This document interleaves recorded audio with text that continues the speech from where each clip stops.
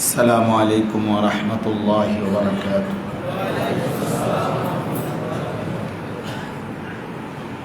الحمد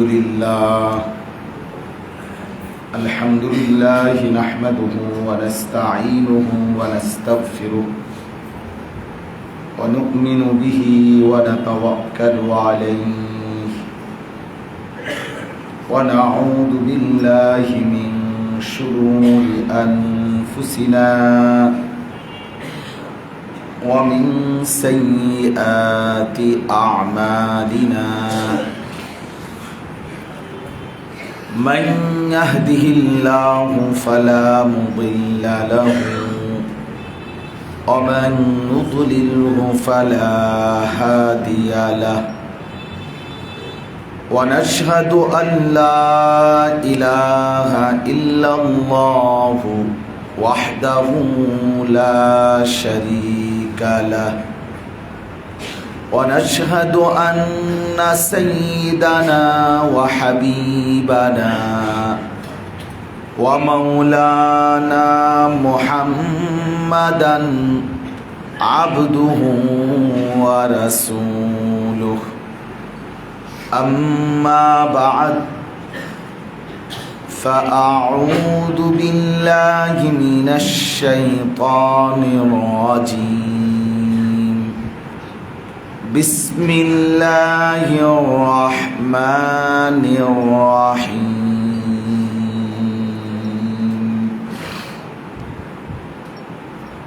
أياما معدودات فمن كان منكم مريضا أو على سفر فعدة من أيام أخر وعلى الذين يطيقونه فدية طعام مسكين فمن تطوع خيرا فهو خير له وأن تصوموا خير لكم إن كنتم تعلمون صدق الله مولانا العظيم. وقال النبي صلى الله عليه وسلم من صام رمضان إيمانا واحتسابا غفر له ما تقدم من ذنبه ومن قام رمضان إيمانا واحتسابا غفر له ما تقدم من ذنبه ومن قام ليلة القدر إيمانا واحتسابا غفر له ما تقدم من ذنبه. اللهم صل على محمد وعلى آل محمد كما صليت على إبراهيم وعلى آل إبراهيم إنك حميد مجيد. اللهم بارك على محمد وعلى آل محمد كما باركت على إبراهيم وعلى آل إبراهيم إنك حميد مجيد. سبحانك لا علم لنا إلا ما علمتنا إنك أنت العليم الحكيم. الحمد لله আল্লাহ পাক রব্বুল ইজ্জত জুল জালাল ওয়াল ইকরামের ফজল করম, রব্বুল আলামিনের অপরিসীম ইহসান, মেহেরবানি, দয়া, আল্লাহ তাআলা আমাদেরকে জুমার নামাজ জামাতের সাথে আদায় করবার উদ্দেশ্যে আল্লাহর ঘর মসজিদে আল্লাহর জন্যই একত্রিত হওয়ার তৌফিক দান করেছেন। এজন্য সকলেই বলি আলহামদুলিল্লাহ।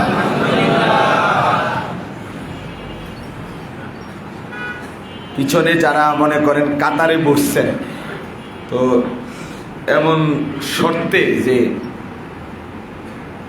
নামাজের সময় উপরে চলে যাইতে হবে, এই শর্তে দুই একজনকে জায়গা দিলেন যে ভাই জায়গা দিতে রাজি আছি, কিন্তু নামাজের সময় আপনি চলে যাইতে হবে উপরে, কি বলে? এই শর্তে আগে কথাবার্তা কইয়া যদি ওনার বুঝে ধরে তাইলে উনি বসবে, নাই তো পরে কিন্তু মুশকিল হয়ে যাবে। বিষয়টা নিয়ে আমিও দুলাল ভাইয়ের সাথে গত জুমাতেও কথা বলছি যে আসলে কি করা। আমারও অনেক মহব্বতের সাথী, অনেক দোস্ত দূর দূরান্ত থেকে আসছে, তারাও তো বসতে চায় নিচে, নিচে তো জায়গাটা সীমিত জায়গা, আবার নামাজের সফ মিলাইয়া বসলে স্বাভাবিকভাবেই জায়গা আরও কমে যায়। যদি আবার জমে বসতেন তাহলে আর অনেক সাথী বসতে পারত, কিন্তু ওই যে সমস্যা হলো পরে উঠবো কি, তখন তো এইটা নিয়ে ফেতনা হবে। এই কারণে আল্লাহ তাআলা আমাদের সবার জন্য সহজ করেন। আলহামদুলিল্লাহ, আমরা মাহে রমজান সম্পর্কিত কথা শুনতেছিলাম। সূরা বাকারার 183 নম্বর আয়াত সংক্ষিপ্ত তর্জমা আমরা শুনেছি। কি ছিল সেখানে কথা? সূরা বাকারার 183 নম্বর, যেখানে রোজার কথা প্রথম শুরু হয়েছে, সেখানে ছিল 4টি কথা। 1 নম্বর হলো একটি সম্বোধন, মানে আল্লাহ তাআলার পক্ষ থেকে আমাদেরকে আহ্বান, ইয়া আইয়ুহাল্লাযীনা আমানু।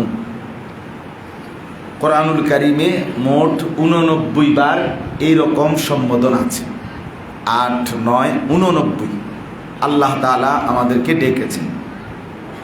বিশ্ববিখ্যাত তাবেঈ হাসান বসরি রহমতুল্লাহ আলাইহি তিনি বলছেন, একজন মুমিনের উচিত যখনই সে কোরআনুল কারীমের এই শব্দটি শুনবে, হে ঈমানদারগণ, তার উচিত সকল দিক থেকে নজর ফিরিয়ে শুধুই আল্লাহ তাআলার কথার দিকে মনোযোগ দেওয়া এবং দিলের মধ্যে কথা বলা যে আমার মনিব আমাকে ডাকছেন, বস ডাকছেন, এই মুহূর্তে তিনি আমাকে হয়তো কিছু করতে বলবেন, নয়তো কিছু ছাড়তে বলবেন। প্রতিটা ইয়া আইয়ুহাল্লাযীনা আমানুর পরে এই দুইটার একটাই আছে, হয় কিছু করতে বলছে, নয় কিছু ছাড়তে বলছে। আল্লাহ তাআলা কোনো না কোনো আদেশ করছেন অথবা কোনো না কোনো নিষেধ করেছেন। ইয়া আইয়ুহাল্লাযীনা আমানুত্তাকুল্লাহ, হে ঈমানদারগণ, তোমরা আল্লাহকে ভয় করো। ওয়াদারু মা বাকিয়া মিনার রিবা, এবং সুদের যত কারবার সব ছেড়ে দাও। এই যে এখানে হে ঈমানদারগণ বলে একটা আদেশ করলেন, আল্লাহকে ভয় করো, একটা নিষেধ করলেন, সুদের যাবতীয় লেনদেন ছেড়ে দাও। তাহলে কি বোঝা গেল? যে কোনো কিছুর আদেশ করেন অথবা কোনো কিছু থেকে কি করেন? নিষেধ করেন। ইয়া আইয়ুহাল্লাযীনা আমানুত্তাকুল্লাহ, হে ঈমানদারগণ, আল্লাহকে ভয় করো। অকুলু কাওলান সাদীদা, এবং সর্বদাই সত্য, সঠিক, যৌক্তিক কথা বলো। এই যে আদেশ, এরকম আর কি। তো আল্লাহ তাআলা এখানে আমাদেরকে আদেশ করেছে, কুতিবা আলাইকুমুস সিয়াম, তোমাদের উপরে রোজা ফরজ করা হলো। রোজা আমরা বলেছি মৌলিকভাবে 3টি জিনিসের সমন্বয়, এটা হলো রোজা। প্রথম শিরোনামটা হলো এটা, নিয়তের সাথে খাদ্য, পানীয়, স্ত্রী মিলন, এই 3 জিনিস থেকে সুবহে সাদিক থেকে সন্ধ্যা পর্যন্ত, সূর্য অস্ত পর্যন্ত বিরত থাকা, এর নাম হলো রোজা। এটা হলো রোজার মৌলিক রূপ। বাকি আরও গুণাগুণ বৈশিষ্ট্য আরও অনেক আছে। মূল এটুকু না হলে নাই হবে, এটুকু হতেই হবে। এই 3 জিনিস থাকতেই হবে। নিয়ত বাধ্যতামূলক, খাদ্য পানীয় স্ত্রী মিলন, এই 3 জিনিস থেকে বিরত থাকা বাধ্যতামূলক। সুবহে সাদিক থেকে সূর্যাস্ত পর্যন্ত, গুরুবে শামস পর্যন্ত এইটুকু সময় বিরত থাকা, এটা বাধ্যতামূলক। এতটুকু হলে কমপক্ষে রোজার মৌলিক ফরজ, মূল ফরজ আদায়। বাকি রোজার সার্বিক গুণাগুণ, ফলাফল, লক্ষ্য, উদ্দেশ্য, যে উদ্দেশ্যে রোজা, এটা অর্জনের জন্য সমস্ত গুনাহ থেকে বাঁচতে হয় এবং আল্লাহ তাআলার সমস্ত হুকুম পালন করতে হয়। তাইলে রোজার প্রকৃত লক্ষ্য উদ্দেশ্য হাসিল হয়। কামা কুতিবা আলাল্লাযীনা মিন ক্বাবলিকুম, যেমনটা ফরজ করা হয়েছিল তোমাদের পূর্ববর্তীদের উপর। এই কথার 2 অর্থ। এক, যে আমাদেরকে সান্ত্বনা দেয়া, ঘাবড়াবার কিছু নাই। তোমাদের পূর্বপুরুষ সর্বযুগে সর্বকালে যারাই ঈমানদার ছিল তারা সকলেই রোজার বিধান পালন করেছে। অতএব এতটা কোনো পেরেশানির কিছু নাই। আরবিতে বলে ইজা আম্মাতিল বালওয়া তাবাত, এটা আরবি একটা প্রবাদ। মুসিবত যখন আম হয়ে যায়, ব্যাপক হয়ে যায়, সহজ হয়ে যায়। আমরা বাংলাদেশ ভাষায় কয় যে 10-এর যেই গতি আমারও সেই গতি। তার মানে হইল ভাই সবাই করতে পারলে আমি পারবো না কেন, আর সবাই যা হইব তা আমারও তাই হবে। এই তখন জিনিসটা একটু হালকা মনে হয়। আল্লাহ তাআলা সান্ত্বনা দিছে। আরেকটা হলো কামা কুতিবা আলাল্লাযীনা মিন ক্বাবলিকুম, তোমাদের পূর্ববর্তীদের উপরে ফরজ করা হয়েছিল।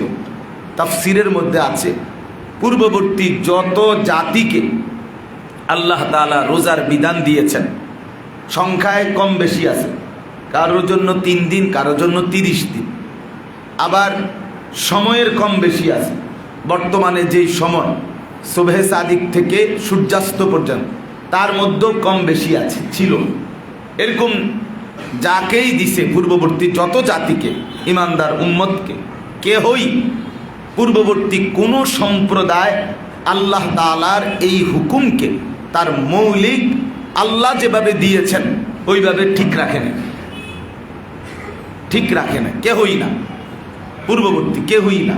কেউ মাস বদলায় ফেলছে, কেউ সময় বদলায় ফেলছে, কেউ সংখ্যা বদলায় ফেলছে। কেউ 30 দিনের রোজা দিছে 50 দিন বানায় ফেলছে। কেউ 30 দিনের রোজা দিছে 1 দিন বানায় ফেলছে। কেউ 30 দিনের রোজা দিছে কিছুদিন রাইখা টোটাল ছেড়ে দিছে। কেউ 30 দিনের রোজা দিছে সিজন বদলায় ফেলছে। মানে এইবার যেই গরম, প্রচণ্ড গরম, এবারের রোজা কমপক্ষে 16 ঘন্টা 17 ঘন্টা লাগবে, তো কাজে বাদ দাও। এইবার এইটারে চেঞ্জ করে 12-13 ঘন্টার ভিতরে কোন সময় পরে ওই সময় চাও, ওই সময় মিলে গেছে হেদের মন মতো। এইরকম সদর বদর, মানে এলোমেলো উলট পালট করছে। আল্লাহ তাআলা আবার বললেন তোমাদের পূর্ববর্তীদের উপরেও দেয়া হয়েছিল, এখন আবার তোমাদেরকে দিলাম একটা উদ্দেশ্যে। বান্দা, তোমরা আমার আখিরি বন্ধুর উম্মত, আমার শেষ বান্দা। তোমাদের পরে আর শরীয়ত নাই, তোমাদের পরে আর কিতাব নাই, তোমাদের পরে আর কোনো বিধানও নাই। তোমাদের পরে তোমরা যদি টোটাল নষ্ট করে দাও তাইলেও নতুন বিধান দেব না কিয়ামত। তোমরা যদি পূর্ণ ইতমিনানের সাথে পালনও করো তাইলেও কোনো নতুন বিধান আর আসবে না, এটাই শেষ। কাজেই আল্লাহ তাআলা বললেন তোমাদের পূর্ববর্তীদের উপরও ফরজ করা হয়েছিল, কিন্তু কেহই আমি আল্লাহকে ভয় করে নাই, বরং নিজেদের মন গড়া এলোমেলো করে সেটাকে সম্পূর্ণ পরিবর্তন করেছে। তা আমি চাচ্ছি লাআল্লাকুম তাত্তাকুন, তোমরা যেন আমি আল্লাহকে ভয় করতে পারো, তাকওয়া অর্জন করতে পারো। অর্থাৎ আমার ভয় নিয়ে আখিরাতের ফিকিরে আমার হুকুম ঠিক যেভাবে বলছি, যত কিছুর বিনিময় হোক, যত কষ্ট হোক, এভাবেই যেন তোমরা পালন করো। এই উদ্দেশ্যে এই কথাটা তোমাদেরকে মনে করাই দিলাম যে তোমাদের পূর্ববর্তীদের উপরেও দেওয়া হয়েছিল। কিন্তু তারা কি করে নাই? যথাযথ সম্মান, যথাযথ হুকুমের মান রক্ষা করে। এই এই ছিল প্রথম আয়াতের তর্জমা। আজকে আপনাদের সামনে দ্বিতীয় আয়াত পড়ছি, 184 নম্বর আয়াত। আমি বলছি যে 184 নম্বর, 185, 186, 187 5টা আয়াত রোজা সম্পর্কিত। বলছি সবার কাছে আগেই যে মেহেরবানি করে কোরআনুল কারীমের কোনো বাংলা সংক্ষিপ্ত তর্জমা এবং সংক্ষিপ্ত তাফসির এটা পড়ে নিতে, তাহলে নিজেদের ভালো হবে। কমপক্ষে তাফসিরে মাআরিফুল কোরআন হযরত মাওলানা মুফতি শফি রহমতুল্লাহ আলাইহি, গোটা পৃথিবী বিখ্যাত আলেম, সারা পৃথিবীর বাংলা ভাষাভাষী মুসলমানদের কাছে খুব জনপ্রিয় তাফসির, সবচেয়ে সুন্দর, সংক্ষিপ্ত, জরুরি মাসআলা মাসাইল, প্রয়োজনীয় বিষয় সম্বলিত তাফসিরে মাআরিফুল কোরআন। বিবেকবান প্রত্যেকটা মুসলমানের উচিত এটা পড়া। এটা পক্ষপাত মুক্ত, কারো কোনো অভিযোগ এই তাফসিরের উপরে নেই। আলহামদুলিল্লাহ, সবার কাছে সমাদৃত তাফসির সারা পৃথিবীব্যাপী, তাফসিরে মাআরিফুল কোরআন। এইটা আপনি যদি পড়েন, এই 5টা আয়াতের তর্জমা, ইনশাআল্লাহ বহুত উপকৃত হবে, নিজের রুহের খোরাক হবে। রোজার মৌলিকত্ব, রমজানের মৌলিক বৈশিষ্ট্য আপনি জানতে পারবেন। কিনতে পাওয়া যায় তাফসিরে মাআরিফুল কোরআন 2 খণ্ডে, কত 1500-1600 টাকা বা 1700-1800 টাকা নিবে, এটা কিনে নেন। আমাদের ওই যে চান্দিনা আলামিন মাদ্রাসা মসজিদের আশেপাশে লাইব্রেরি আছে, অগরে বলেন, অর্ডার দেন যে তুমি টাকা নাও, আমার আনায় দাও। ওরা তো লাইব্রেরিদের সাথে যোগাযোগ আছে, এরা আয়না দিবে। আপনার উচিত, আমি সবসময় বলি বাপ, ওয়াজ এই যেই কোনো হুজুরের বয়ান পূর্ণাঙ্গ ইসলাম পেশ করার জন্য, বোঝানোর জন্য যথেষ্ট না, যথেষ্ট। আপনার পুরা রোজার যাবতীয় মাসআলা বিস্তারিত আলোচনা আমি বলতে রাজি আছি, কিন্তু আপনারা 3 দিন মসজিদে থাকেন, আমার লোকে থাকেন। ফজরের শুধু 5 ওয়াক্ত নামাজ হবে আর শুধু ওয়াজ হবে, বুঝেন নাই কথাটা? পুরা তো শুনবেন, এনে লজিং সিস্টেম, বাড়ির থেকে ভাত এনে দিব, বাড়িতে করে ভাত খাবেন দোতলা গিয়ে। মানে বিষয়টা হলো, একজন বক্তা বলেন, ওয়াইজ বলেন, ইমাম বলেন, খতিব বলেন, পূর্ণ কথাটা বলে শেষ করা কঠিন, খুব কঠিন। যেন নিজেরও একটু কি থাকতে হয়, আগ্রহ থাকতে হয়, নিজেরও একটু ফিকির থাকতে হয়। সব কিছু হুজুরদের কান্দে তুলে দিয়ে আপনি একদম নিজেকে অমুখাপেক্ষী ভাবলেন, এটা উচিত। আপনিও একটু একটু পড়েন, যেখান দিয়ে বোঝেন না, যেটা আপনার কাছে একটু বুঝের ঘাটতি মনে হয়, বুঝতেছেন না, তো উলামায়ে কেরামকে জিজ্ঞেস করেন।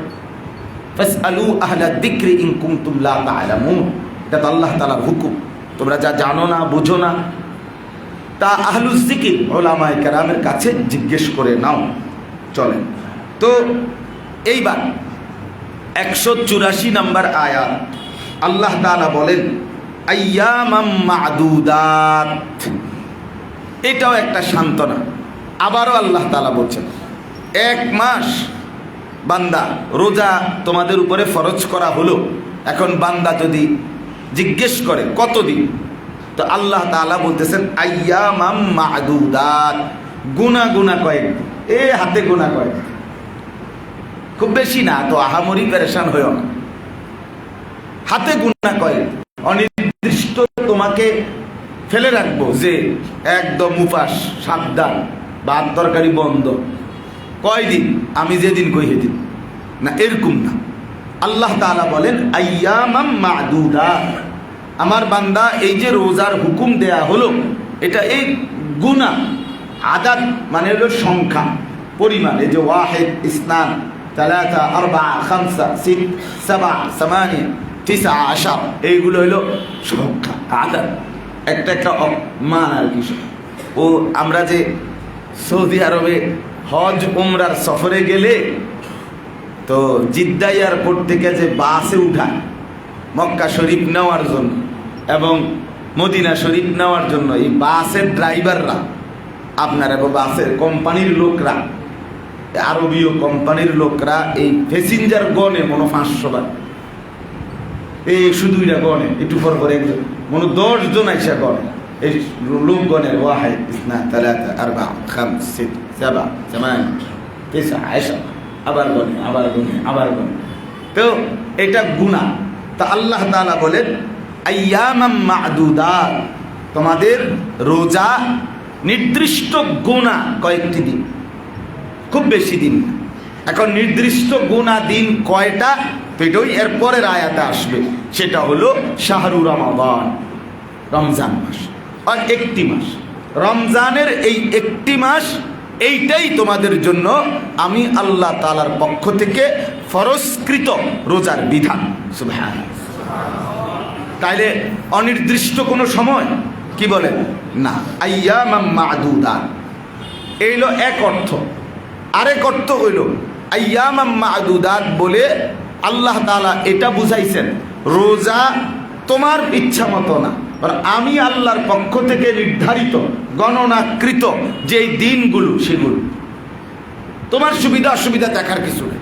আমি এখন ঝামেলায় আছি, এখন আমি অসুস্থ, এখন আমার একটু অসুবিধা, এই সমস্ত কোনো কথা বললে হবে না। আল্লাহ তাআলার হুকুম মেনে নেওয়া, এটাই বান্দার মূল পরিচয়, এটাই পরিচয়। এখানে কোনো রকম আপত্তি পেশ করা, যুক্তি টাল বাহানা পেশ করা, এটা কোনোভাবেই মুসলমানের সিফাত না। এটা মনে রাখতে হবে, এটা মনে রাখতে। কোরআনুল কারীমের মধ্যে আছে ইব্রাহিম আলাইহিস সালামকে যখন আল্লাহ তাআলা বললেন তোমার সন্তান ইসমাঈলকে জবাই করো, তিনি একটা বারও প্রশ্ন করলেন না কেন না, কেন না, ঠিক আছে ঠিক আছে। আপনার ইসমাঈলকে যখন ইব্রাহিম আলাইহিস সালাম বললেন বাবা তোমাকে আমি স্বপ্নে দেখছি জবাই করতে, তুমি কি বলো? ছেলে বলল হ্যাঁ ঠিক আছে আমি রাজি। অর্থাৎ এখানে কোনো কথা নাই, বাবা জবাই করতে কোনো প্রশ্ন নাই, ছেলে জবাই হতে কোনো কি নাই, প্রশ্ন নাই। এ দুইজন যখন পূর্ণ প্রস্তুত হলো, বাবা এবং পুত্র মিনার প্রান্তরে গর্দানের উপরে যখন ছুরি রাখলো, তখন আল্লাহ কোরআনে আছে, আল্লাহ তাআলা বলেন ফালাম্মা আসলামা, এই দেখো পৃথিবীবাসী এক পিতা পুত্র আমার ইব্রাহিম এবং ইসমাঈল মুসলমান, ইসলাম পূর্ণ আনুগত্য করে নিল। ইসলাম কেমন হয়? এই যে এমন ইব্রাহিমের ইসলাম যেমন, ইসলাম মূলত এমন। ইসমাঈলের ইসলাম যেমন, মূলত ইসলাম কি এমন। কোনো প্রশ্ন নেই, কোনো প্রশ্ন। কালকে আমি আপনার গতকাল রাত্রে ঢাকা মোহাম্মদপুর আদাবর ওইখানে বয়ান করছি, তো মালিবাগ থেকে জ্যামে পড়ছি আসরের নামাজের পরে, ভীষণ জ্যাম, ভীষণ জ্যাম। তো পরে মাগরিব বাদ বয়ান, মাগরিবের পর হইয়া আরও আধা ঘন্টা 40 মিনিট চলে গেছে। আমি একটা উদাহরণ বুঝাচ্ছি। তো ওইখানকার পরিচিত মোটর সাইকেলওয়ালা দুইজন, তো ফোন দিলাম যে আমার আয়সা নিয়ে যাওয়ার জন্য, আমি গাড়ির থেকে নাইমা মোটর সাইকেলে যাবো যাতে মাহফিল ধরার জন্য। এখন একজনের ফোন দেওয়ার পরে উনি বলছে যে এই বেশি জ্যাম, আমি আইতে আইতে তো গাড়ি দিয়ে আইতে পারবেন, হ্যাঁ আইতাম নি, ইত্যাদি ইত্যাদি, বুঝছেন নি কথাটা। তা আমার সাথে যে ওনারা, আমি বললাম রিঞ্জু ভাই আচ্ছা রাখেন, ওনারা ওনারে ফোন দেন। তো আরেকজনরে উনি ফোন দিছে, তো ওনারে বলছে, উনি শুধু একটা শব্দই বলছে যে কোনখানে আইতাম, কোথায় আসতাম আমি এখন, খালাস উনি ওখানে এসে আসে। কি হইছে, জ্যাম হইছে না কি হইছে, হুজুরে যাবে এক কথা।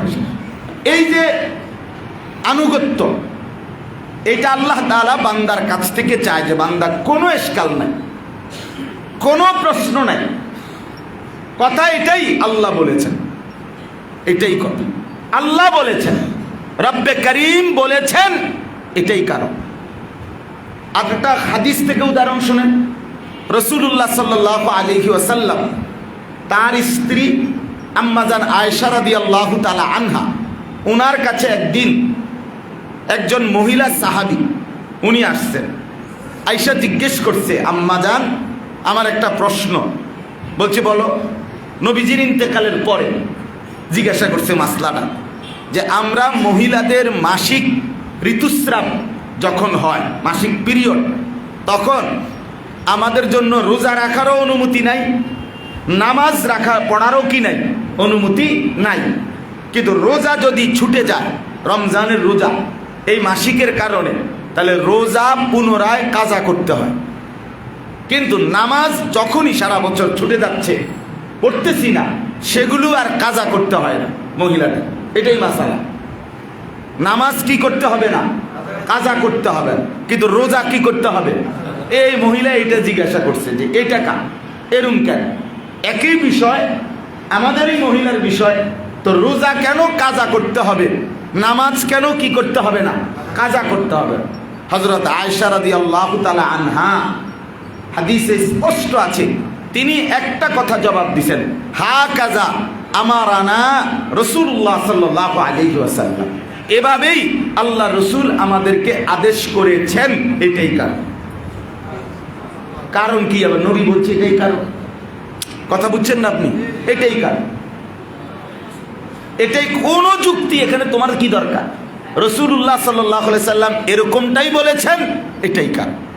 এই যে নিঃশর্ত আনুগত্য, এই যে বিনা প্রশ্নের আনুগত্য, এটা ইসলাম। এটা আল্লাহ তাআলার চাওয়া, আল্লাহ তাআলার চাওয়া। বর্তমান মোবাইলের এই যুগে আইসা, আধুনিকতার এই যুগে আইসা, প্রযুক্তির এই যুগে আইসা, আমরা প্রত্যেকেই স্বতন্ত্র মুজতাহিদ, পণ্ডিত, বুদ্ধিজীবী সাইজা পড়ছি। আমরা মুসিবতে পড়ছি এই কারণে। আমলের দিকে ফেরানো যায় কম, বুদ্ধি এক একজন, যার একটা বড় মোবাইল আছে, উনি একজন সাংবাদিক, উনি একজন গবেষক, উনি একজন চিন্তাবিদ, উনি গোটা পৃথিবীকে বুদ্ধি দেওয়ার মতো যোগ্যতা সম্পন্ন, উনি একজন অনেক কিছু। ওনার টাইটেল লিখতেও বহুত সময় পাবে। কেন এত মহান যোগ্যতা, এত অগাধ যোগ্যতা আপনার আসলো থেকে? ওই 12,000 টাকার এই অ্যান্ড্রয়েডের বরকতে।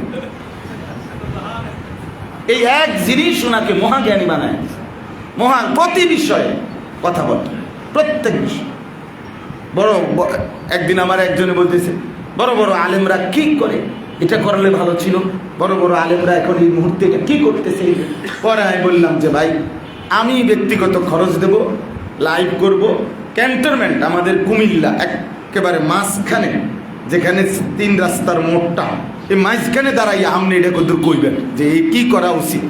বড় আলেমরা যেহেতু তো বুঝতে পারতে, সত্যি বলছি, বড় আলেমরা যেহেতু পারতেছে না বুঝতে বিষয়টা, যেহেতু এই মুহূর্তে আপনি বুঝছেন, তা আপনি কদ্দুর কোন আমি লাইভে জাতিকে জানাই।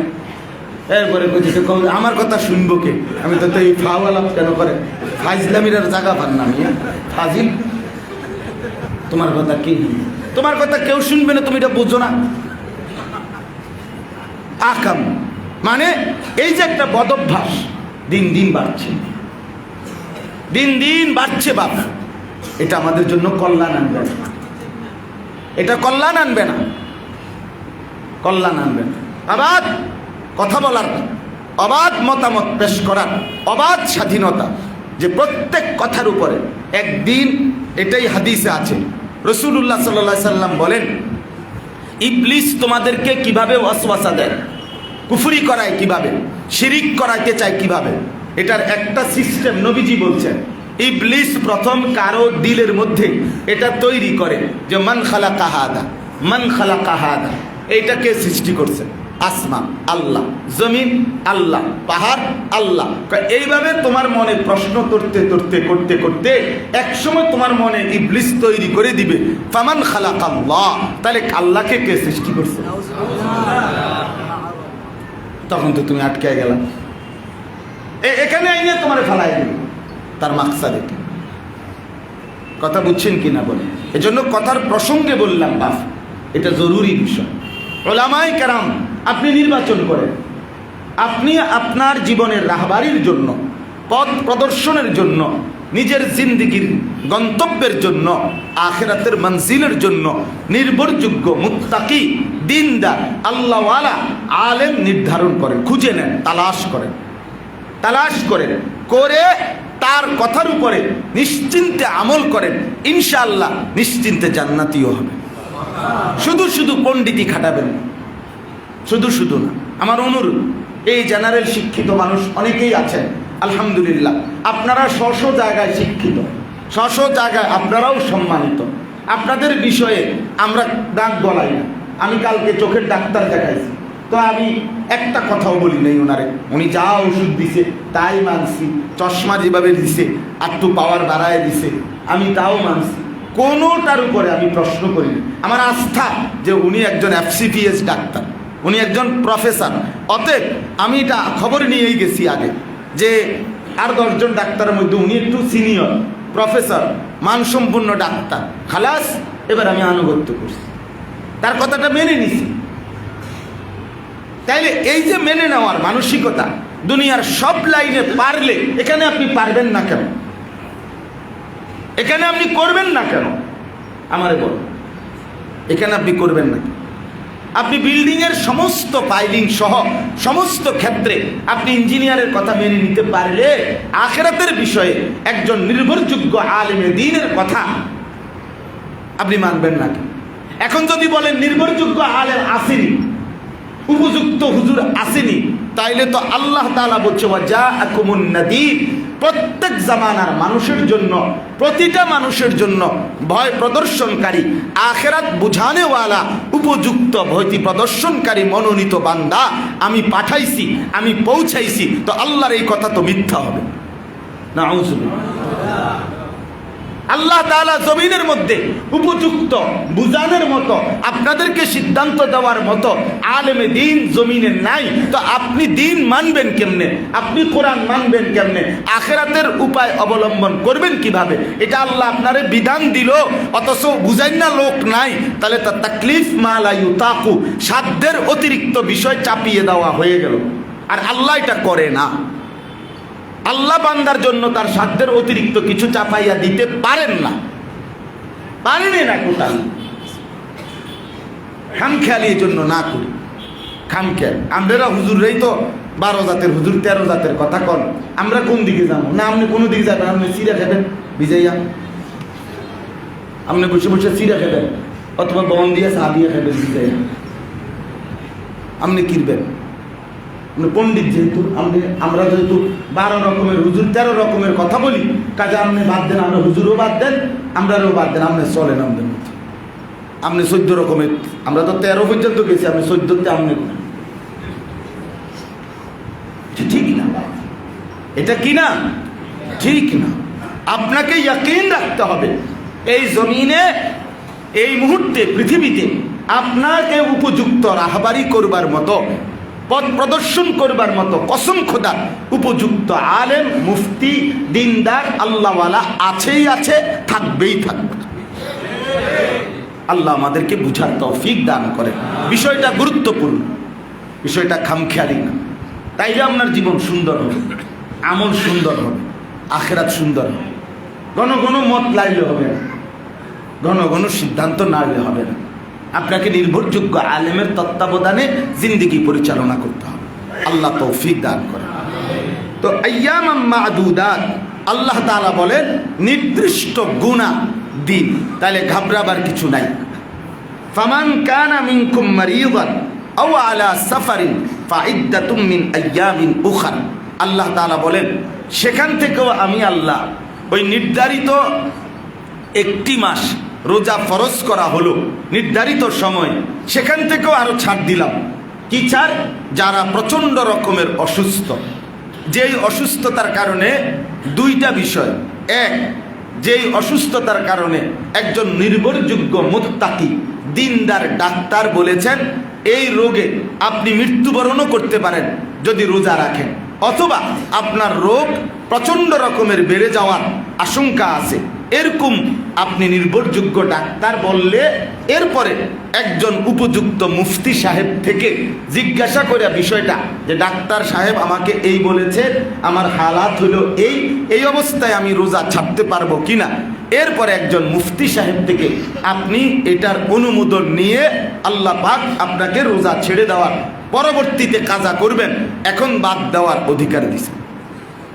আও আলা সাফারিন, আল্লাহ তাআলা বলেন অথবা কেউ যদি সফরের অবস্থায় থাকে, সফরের হালাতে থাকে, তো সফরের অবস্থাতেও যদি কষ্ট বোধ করে, নিজের জন্য পেরেশানি বোধ করে, তাইলেও সে রোজা ছেড়ে দিতে পারবে।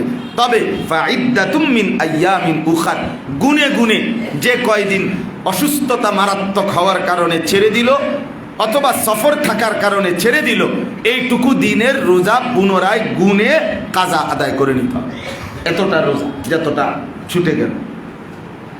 ওয়ালাল্লাযীনা ইউতীকুনাহু ফিদিয়াতুন তুআমু মিসকিন, আর তোমাদের মধ্যে যারা রোজা রাখতে সক্ষম, তারা ইচ্ছে করলে না রেখে তার বিনিময়ে একটি ফকিরকে, একটি মিসকিনকে একটি ফিদিয়া, মানে আমরা যে ফিতরা দেই, এক ফিতরা পরিমাণ মূল্য অথবা মূল্যের খাদ্য তাকে খাওয়াইয়া দিলে, যারা রোজা রাখতে সক্ষম কিন্তু চাচ্ছ না রোজা রাখবা না, তাইলে তোমরা ইচ্ছা করলে একজন ফকিরকে, একজন মিসকিনকে একটি রোজার বিনিময়ে এক ফিদিয়া, এক ফিতরা পরিমাণ টাকা বা খাবার তাকে খাইয়ে দিলে, খাবার খাইয়ে দিলে তোমাদের রোজার হুকুম আদায় হয়ে যাবে। কি বুঝছেন কোন না? এই ফোন দিতে পারবো।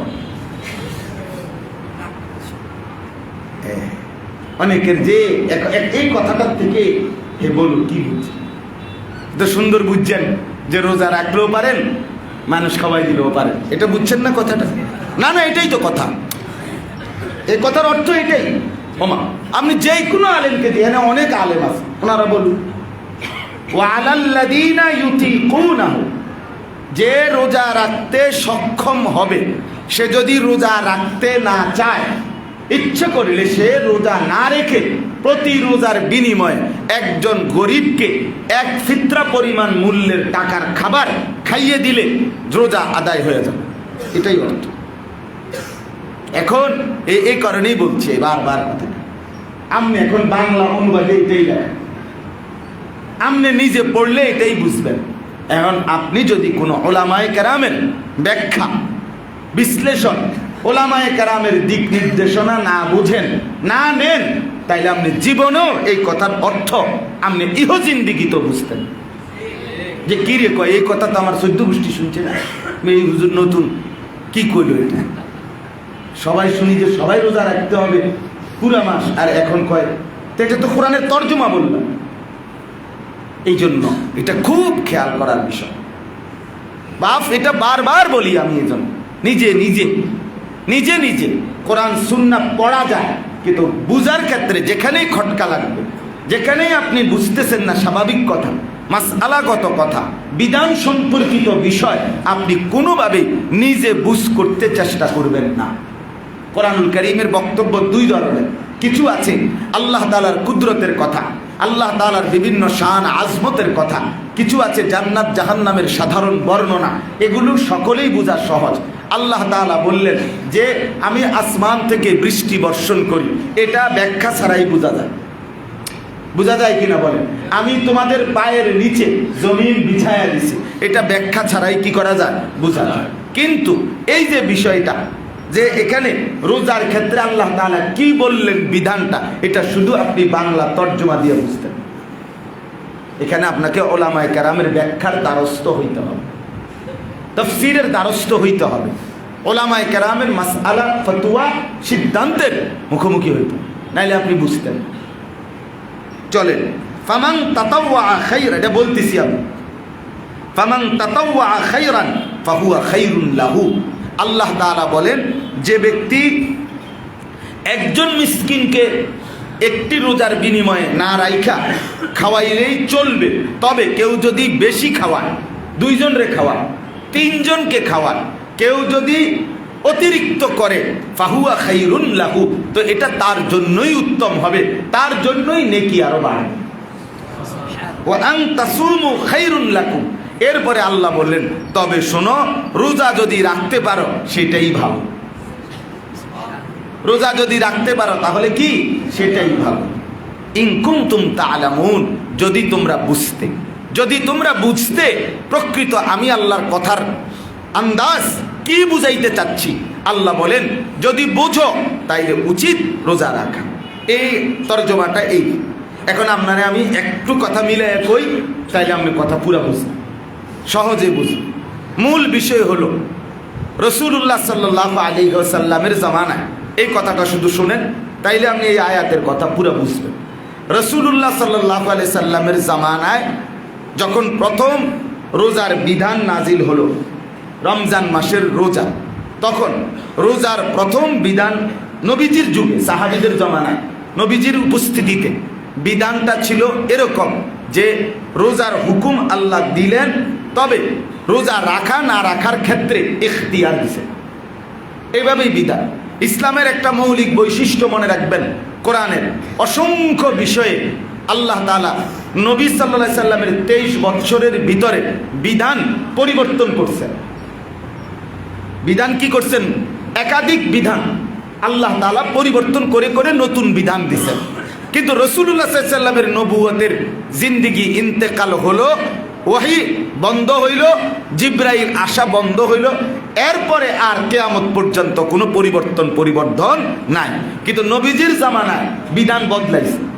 যেমন আপনার খেজুর আঙ্গুর, আল্লাহ তাআলা প্রথম কোরআনুল কারীমের মধ্যে বলছেন খেজুর আঙ্গুর দ্বারা তোমরা তোমাদের খাদ্য রিজিক এটাও গ্রহণ করো, তোমাদের জন্য নেশা জাতীয় দ্রব্য অর্থাৎ তোমাদের নেশার উপকরণ এটাও তোমরা এটার দ্বারা গ্রহণ করে থাকো।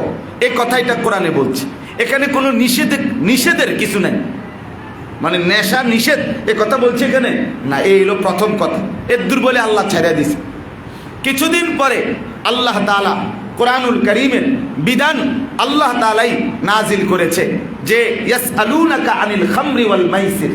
নবী আপনাকে মদ জুয়ার ব্যাপারে সাহাবীরা জিজ্ঞেস করছে, আপনি বলেন এতে উপকার একেবারেই সীমিত, ক্ষতির পরিমাণ অনেক বেশি। হ্যাঁ, ক্ষতির পরিমাণ অনেক বেশি। তাইলে নিরুৎসাহ করা হইল, কিন্তু চূড়ান্ত নিষেধ করা হয়নি। ওই যে কিছু উপকার আছে বলল, তাহলে এটা দ্বিতীয় স্টেপ। 3 নম্বরে কিছুদিন পরে আল্লাহ তাআলা বললেন লা তাকরাবুস সালাতা ওয়া আনতুম সুকারা।